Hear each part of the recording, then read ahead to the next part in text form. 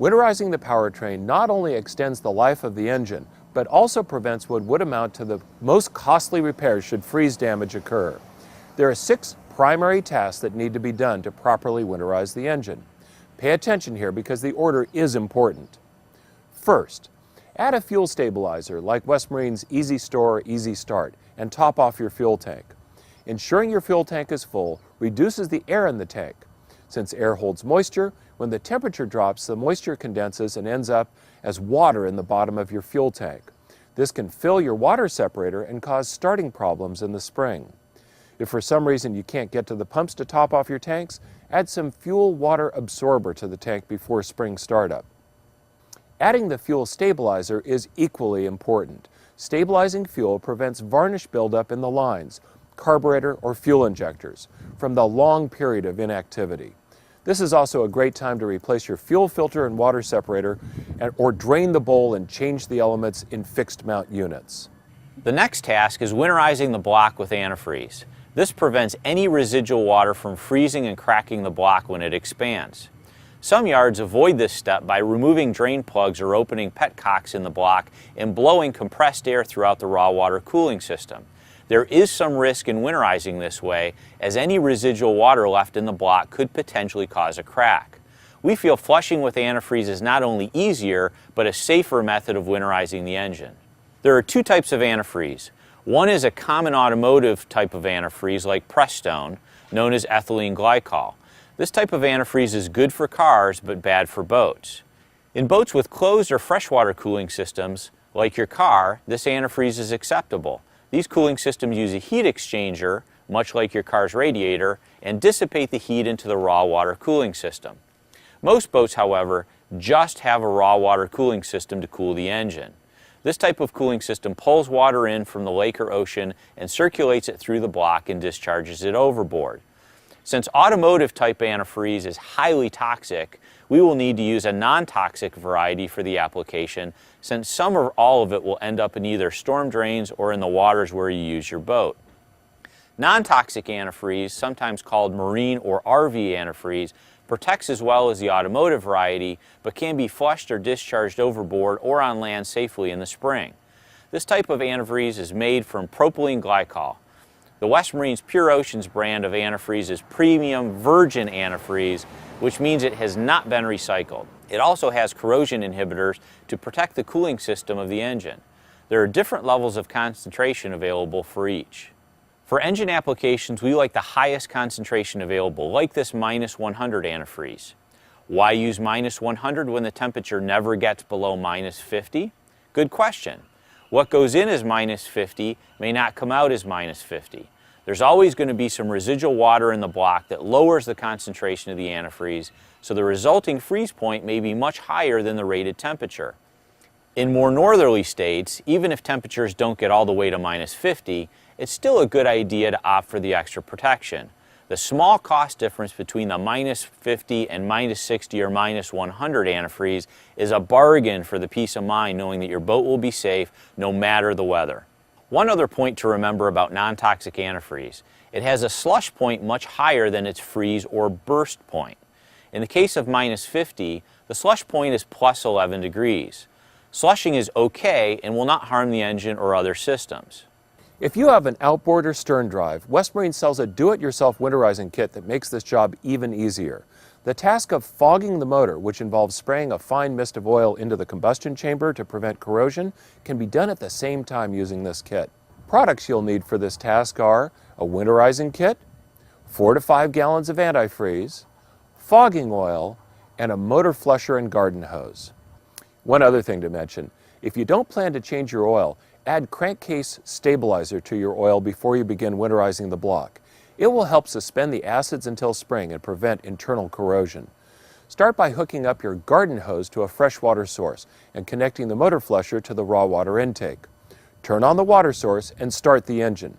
Allow the engine to warm up to operating temperature. This will allow the thermostat to open to ensure that water circulates through the entire block. This is very important. It also allows the fuel stabilizer to circulate through all the fuel lines in the carburetor or injectors. Turn the engine off. Hook up the winterizing kit to the motor flusher and remove the flame arrestor from the carburetor. start the engine again. Open the valve to the antifreeze tank and watch for the antifreeze level to drop in the tank. You should see the antifreeze begin discharging from the exhaust. When the tank is nearly empty, begin spraying fogging oil into the carburetor. On lower horsepower motors, this will usually stall the engine.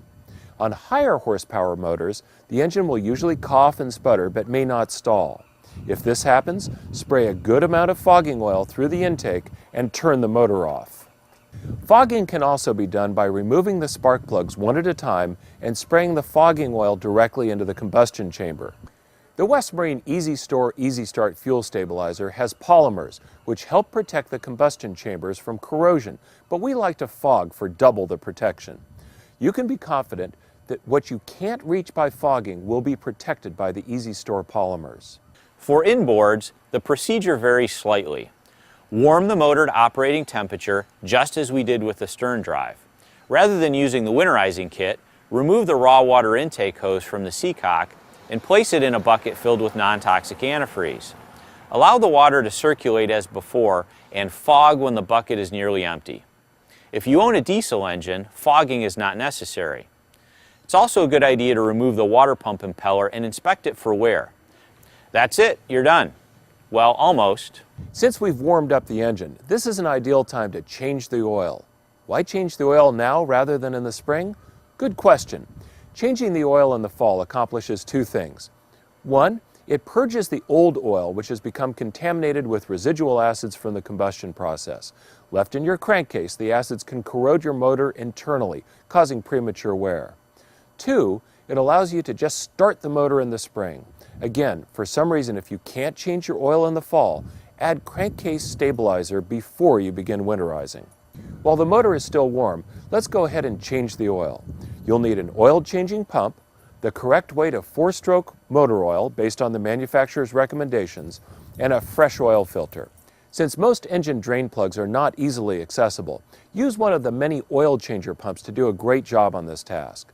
So once you warm up your engine, there are two different ways of getting the oil out of it. One is to use a manual pump like this one from Moeller, which creates a vacuum and pulls the oil into it.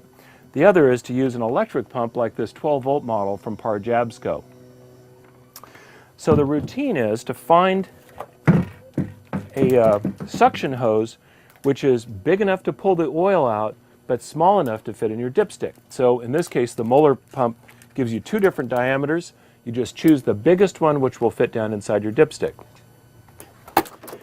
You connect that up here, a little flexible connection.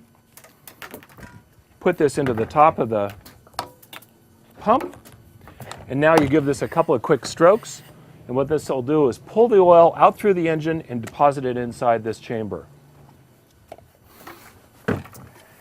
In the case of the 5kiOms2f4gg pump, this will pump up to 3.5 gallons of oil out of your engine. So if you have two V8s on your engine, this will do both of them.